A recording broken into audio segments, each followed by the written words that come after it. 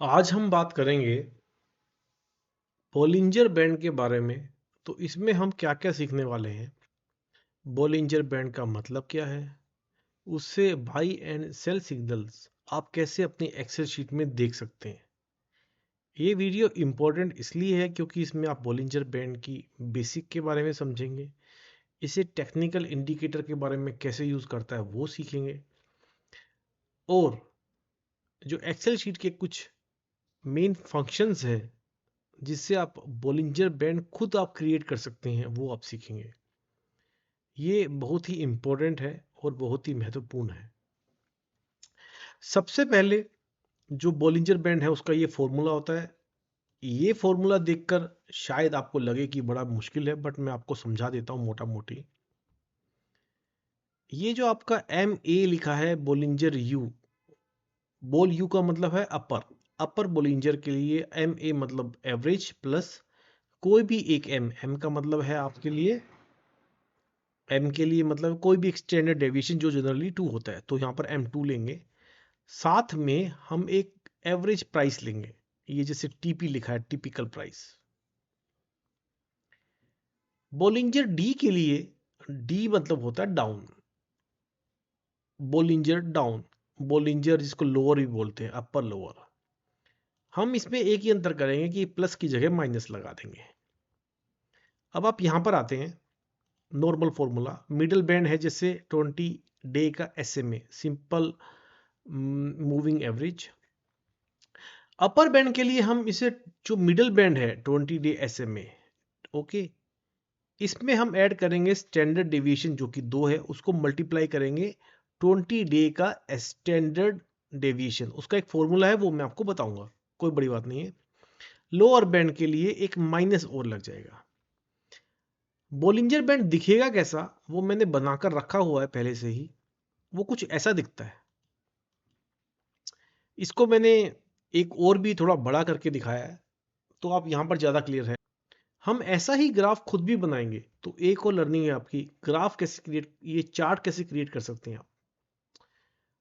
तो ये करने के लिए मैंने सभी ये बना के रखा हुआ था, बट मैं आपके लिए दोबारा एक नया बनाने वाला हूं। आप इतने महत्वपूर्ण व्यक्ति नहीं हैं फिर भी। तो मैं क्या करूंगा, एवरेज मुझे पहले निकालना है।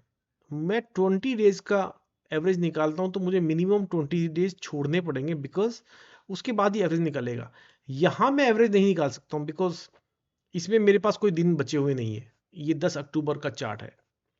ये मैंने SBI का स्टॉक लिया है 10 अक्टूबर से लेकर 2022 से लेकर 10 अक्टूबर 2023 तक। तो मैं एवरेज निकालूंगा यहाँ। ये मैंने पहले से yellow line just a mark मैंने यहाँ पे रखी हुई है। ये डेटा कैसे सेव करते हैं ये आपको एक लिंक मिल जाएगा, मैंने ही इसके लिए वीडियो बनाया है। मेरे वीडियो हैं कुछ इसके ऊपर। एवरेज निकालने के लिए मैं 21वें पर क्यों आया हूँ, क्योंकि पहला पहला तो मेरा प्राइस, ये पहली लाइन तो खाली है एक तरह से, इसमें डेटा नहीं है।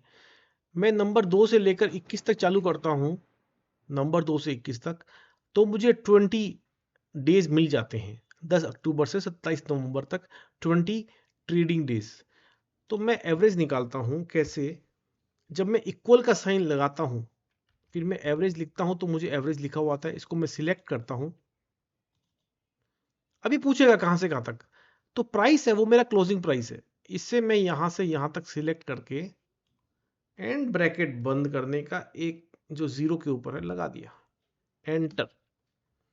ये मेरा 20 डेज का SMA सिंपल मूविंग एवरेज आ गया। कैसे, इन सब का मेरा एक सिंपल मूविंग एवरेज मेरा यहां आ गया है, सिंपल, बहुत बढ़िया। अब इसमें क्या है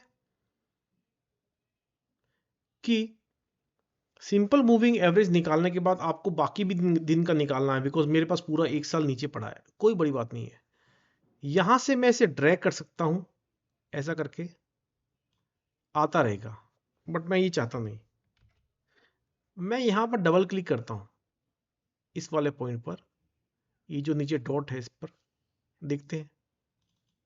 यस, ये आपकी सिंपल मूविंग एवरेज सारी आ गई, वो येलो कलर में आई है।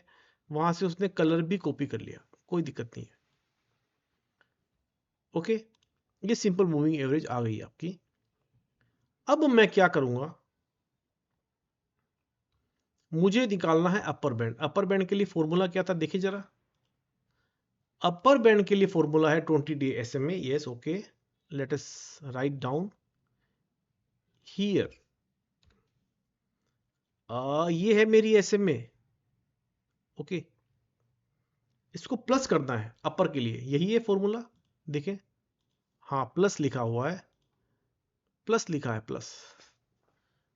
अब उसके बाद में मेरे को स्टैंडर्ड डेविएशन निकालना है। उसका फॉर्मूला क्या है, वो 2 से मल्टीप्लाई हो रहा है। लेट अस सी। इसको मैं थोड़ा सा हटाता हूं, कहां से कहां जा रहा है प्लस। मैं 2 से मल्टीप्लाई कर रहा हूं, 2 इंटू स्टार, जो स्टार 8 के ऊपर है। स्टैंडर्ड डेविएशन की ये फॉर्मूला आ गया, मैंने एस टी टाइप किया तो STDEVS ले रहा हूं। इसके पीछे रीजन है, वो आप किसी और वीडियो में देख लीजिएगा। ओके, डबल क्लिक किया तो ये दिखा रहा है कि क्या सिलेक्ट करना है आपको। मैं दोबारा यही प्राइस ही सिलेक्ट करने वाला हूं 20 दिन का स्टैंडर्ड डेविएशन निकालने के लिए। अभी मेरे को मुझे ये सॉरी, इधर ये क्यों आ रहा है, I don't know. And then bracket बंद करता हूं, एंटर करके देखते हैं, वैल्यू तो आई है स्टैंडर्ड डिवीजन। ये अपर बैंड आ गया है मेरा। मैं इस वैल्यू पे क्लिक करता हूं, ड्रैग कर सकता हूं यहां से खींच के लेफ्ट क्लिक करके, बट मैं डबल क्लिक करूंगा। कलर मेरे को थोड़ा और देना चाहिए, मुझे लगता है इसको मैं कलर क्या दूं। Okay, good.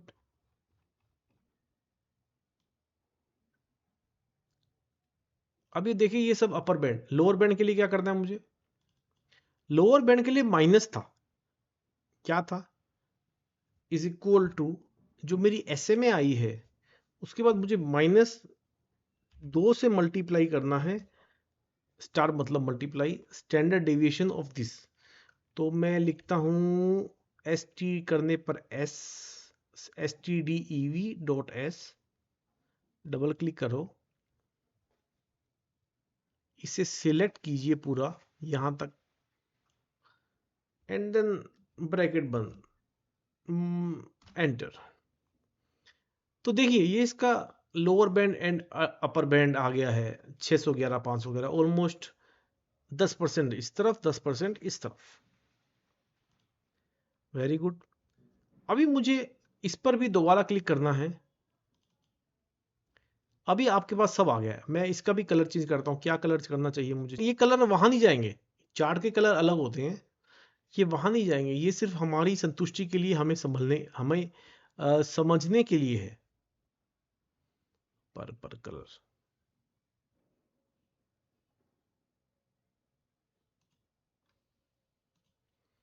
ओके, गुड, दिखने में भी अच्छा लग रहा है।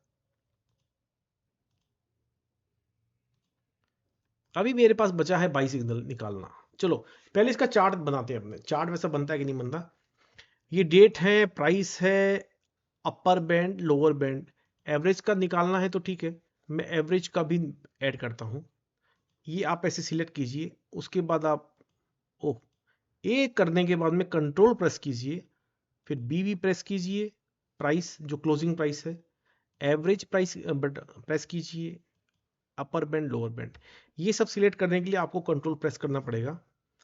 एंड देन आप जाइए इंसर्ट में, ये चार्ट का बटन है, यहां पर एक है ये वाला, इसे क्या कहते हैं, लाइन विद मार्कर्स, इसे प्रेस कीजिए।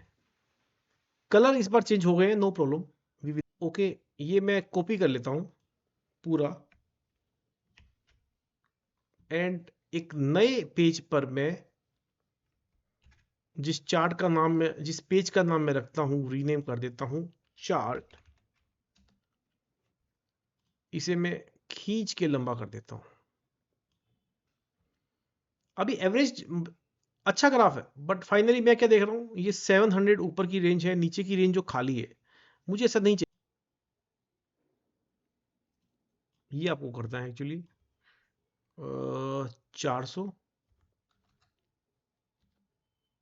यस, अभी ग्राफ अच्छा आ रहा है। डेट भी लिखी है, डेट लिखने के तरीके बहुत सारे हैं, आप देख सकते हैं, बट हमने मोटा मोटी डेट पकड़ रखी है। बट ये जस्ट समझने के लिए। अब ये देखिए, एवरेज लाइन है ऑरेंज, लोअर जो बैंड है वो है येलो,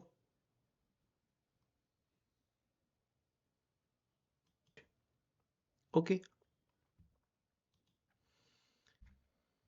तो हम एक बार जो चार्ट है उसको ऐसा ही रहने देते हैं। आप यही मान के चलिए कि जो ग्रे है वो अपर बैंड है बोलिंजर बैंड का, जो येलो है वो लोअर बैंड है। जब स्टॉक का प्राइस जो कि स्पाइक्स में है, ग्रे को टच करेगा अपर बैंड को, तो नीचे जाएगा ओवर बोट होने के कारण से। जब ऑरेंज को टच करेगा जैसे यहाँ कर रहा है, तो उसके बाद में वो ऊपर जाएगा, क्योंकि ओवर सोल्ड हो गया है अभी और बचा नहीं है, तो ऊपर जाएगा, ऐसा मानते हैं। बॉटम बना लिया है तो ऊपर जाएगा। जब जब आपका स्टॉक प्राइस जो कि क्लोजिंग प्राइस है वो ऑरेंज वाली लाइन को टच करके ऊपर जाएगा, ग्रे कलर वाली को लाइन को टच करके नीचे आएगा। ऐसा मानकर हम सिग्नल जनरेट कैसे करेंगे मैं आपको दिखाता हूँ। बाई सिग्नल के लिए मैं एक कंडीशन डालता हूँ, इक्वल लगाओ, इफ लिखो, ब्रैकेट चालू करो, इफ मेरा जो प्राइस है, मैं बाई सिग्नल की बात कर रहा हूं, बिल्कुल नीचे जाकर कम चला गया, किससे, लोअर बैंड से भी नीचे, तो मैं बोलूंगा अभी ये ओवर सोल्ड हो गया, अभी ये खरीदेंगे लोग। कोमा लगाता हूं, स्टेटमेंट लगाने के लिए, एंड देन यहां लिखता हूं मैं बाई, और उसके बाद में मैं लिखता हूं न्यूट्रल। न्यूट्रल के लिए लिखता हूं एन। अभी ये मैंने इसका मतलब बता देता हूं आपको। अगर मेरा स्टॉक का प्राइस जो B21 में लिखा हुआ है 614.15, अगर ये मेरा लोअर बैंड 511 से, जो कि J21 है, उससे नीचे चला जाता है, तो मुझे ये बाई दिखाएगा, बाई लिखा हुआ आएगा। नहीं तो ये एन दिखाएगा, एन मतलब न्यूट्रल, कुछ फर्क नहीं पड़ता इसको। ये मैंने ब्रैकेट पूरा कर दिया है, जरा देखूं, एन आ रहा है। मैं यहां क्लिक करता हूं, डबल क्लिक, कुछ कुछ बाई सिग्नल आए हैं। क्यों, सेल सिग्नल हम कब करेंगे, जब आप ये चार्ट में देखेंगे, ओवरबोट होके जब ये ग्रे कलर वाले अपर बैंड को टच करेगा या उससे ऊपर जाएगा, तो मेरा क्लोजिंग प्राइस जो ब्लू वाला है, उसके लिए मैं कंडीशन क्या डालूंगा, सेल सिग्नल के लिए, ये सेल सिग्नल है, इसको रेड कर देता हूं ताकि आपको लगे अरे यार इसको हमें ब्लैक में ही रखना है। मैं इसका कलर रेड करता हूं।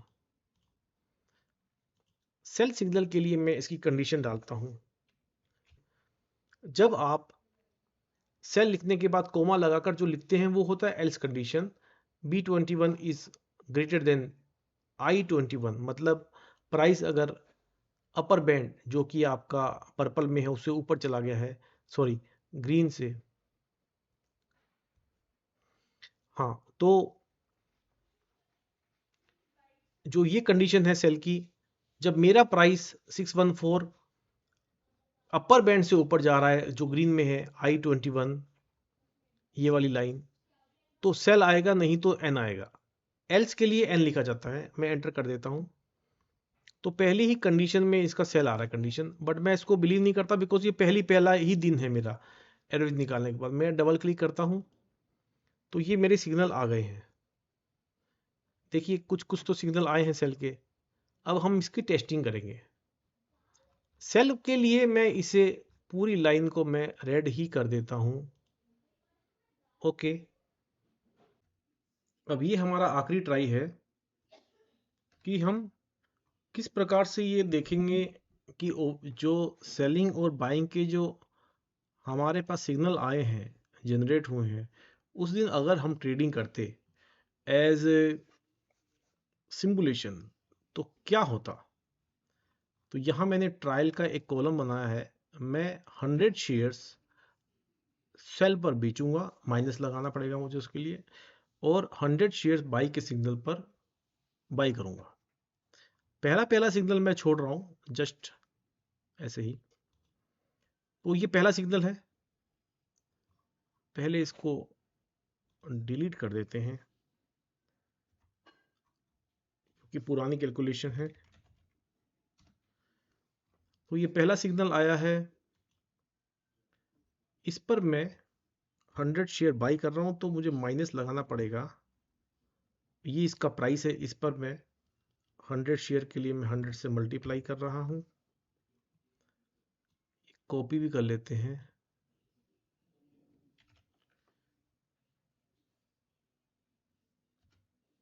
ये हमारा सेल हुआ, एक सेल हुआ है, एक हम यहां बाई कर रहे हैं।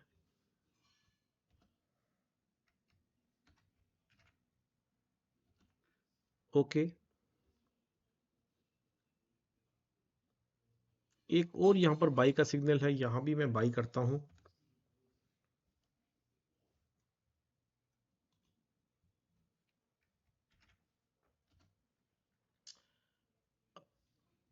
अभी एक बाई ज्यादा हुआ है तो एक सेल करना पड़ेगा। एक यहां भी बाई है,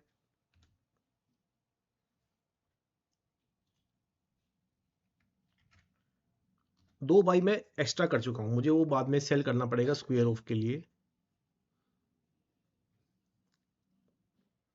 सेल के सिग्नल आ रहे हैं, ये बाई के ठीक बाद वाला छोड़ देते हैं, ये भी छोड़ देते हैं, एक बार देखते हैं। यहां पर सेल का सिग्नल है,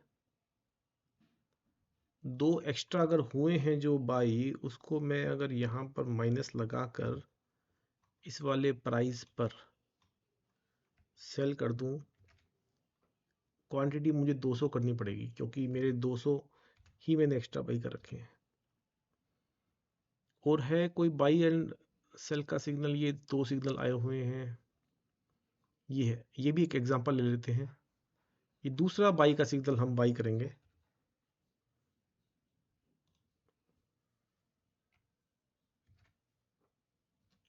एक बाई किया, अभी एक सेल करते हैं,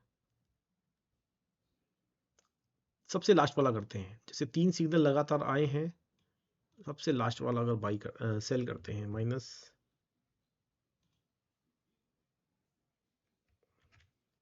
अब मेरे जितने बाई हुए थे उतने मेरे सेल हो चुके हैं। तो अब इसका सम करने के लिए जब मैं सम करूंगा तो मुझे इसका रिजल्ट आ जाएगा कि कितने बाई हुए और सेल होने में कितना मेरा प्रॉफिट बना या लॉस बना। ये पूरा हो चुका है आई थिंक। अभी और भी थे, बहुत कुछ था, बट मैंने जस्ट एग्जांपल के लिए। अब यहाँ पर मैं इसको ऑटो सम के लिए यहाँ क्लिक करता हूँ तो रिजल्ट सामने आएगा।